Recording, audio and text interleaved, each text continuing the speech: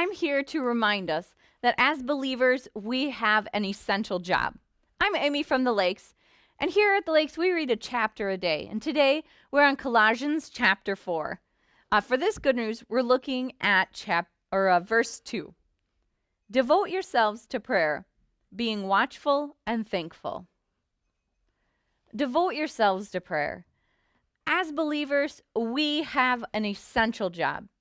What better time to be prayerful than during a pandemic?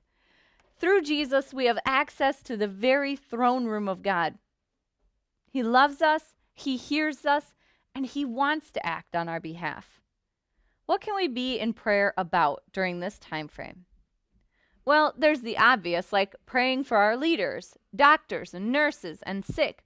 We can pray for the stop of the spread of this virus, and we can also pray for those impacted economically. All of these things are so important. But I believe that this is also an opportunity for us to lean into prayer for other things as well.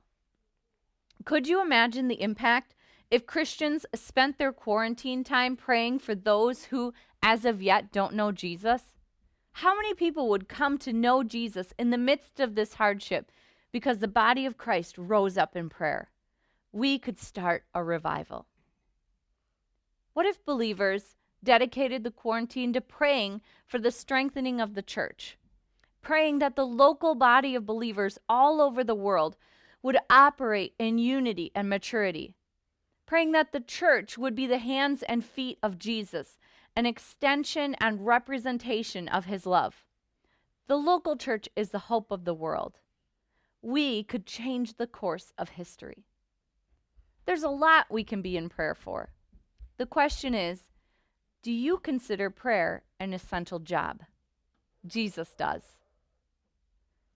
What are you leaning in prayer for during this quarantine time? I encourage you to inspire others and comment below. That's all for today.